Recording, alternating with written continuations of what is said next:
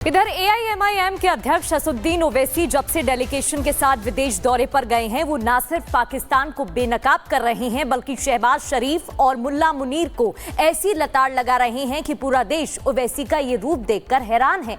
मुस्लिम देश कुवैत में ओवैसी पहुंचे तो जिहाद के नाम पर चिल्लाए जा रहे पाकिस्तान प्रोपेगेंडा की हवा ही निकाल दी।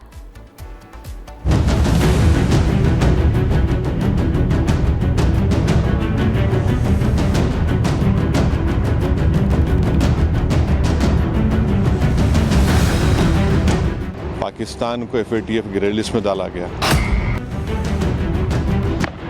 पहलगाम में 26 निर्दोष लोग जब से मारे गए हैं, असदुद्दीन ओवैसी ने लगता है कि अपनी सियासी लड़ाई को पीछे छोड़ दिया है और ओवैसी के निशाने पर इस समय सिर्फ और सिर्फ पाकिस्तान है।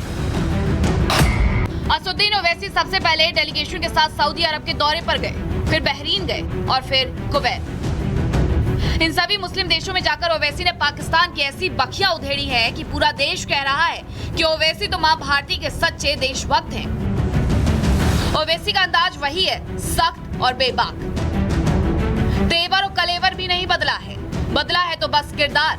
अंतर बस इतना है कि पहले ओवैसी सत्ता पक्ष के खिलाफ आवाज बुलंद करते थे, लेकिन अब ओवैसी पाकिस्तान के धर्म वाले एजेंडे के खिलाफ धर्म युद्ध लड़ रहे हैं।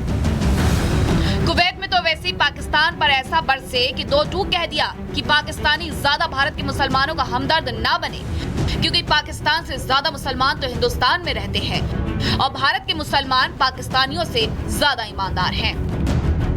We are concerned with the deep state of Pakistan, the ISI, and the open free run being given to the terrorists in Pakistan. You can tell your Pakistani if you meet them, please show us one terrorist camp which India runs. एक तो बताइए भाई, कहीं तो बता, कुछ नहीं है। और बार बार ये मुसलमान, Pakistan cannot take up this issue। हम मुसलमान, क्या मुसलमान, हिंदुस्तान में पाकिस्तान से बढ़ के मुसलमान है, पाकिस्तान से बढ़ के मुसलमान है। और मैं तो आपको बोल रहा हूं कि उनसे ज्यादा हम ईमानदार हैं, उनसे ज्यादा हम में तकवा है, अल्लाह से मोहब्बत है, उसके रसूल सल्लल्लाहु अलैहि वसल्लम से मोहब्बत है। तो ये भी एक झूठा प्रोपेगेंडा इनका है।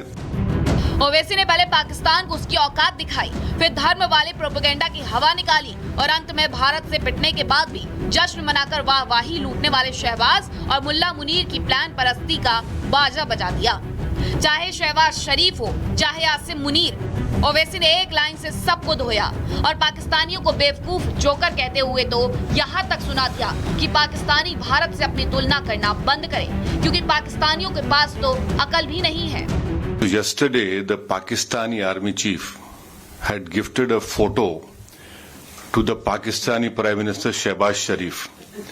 President of Pakistan was there, the Speaker of National Assembly was there, and these stupid jokers, they want to compete with India.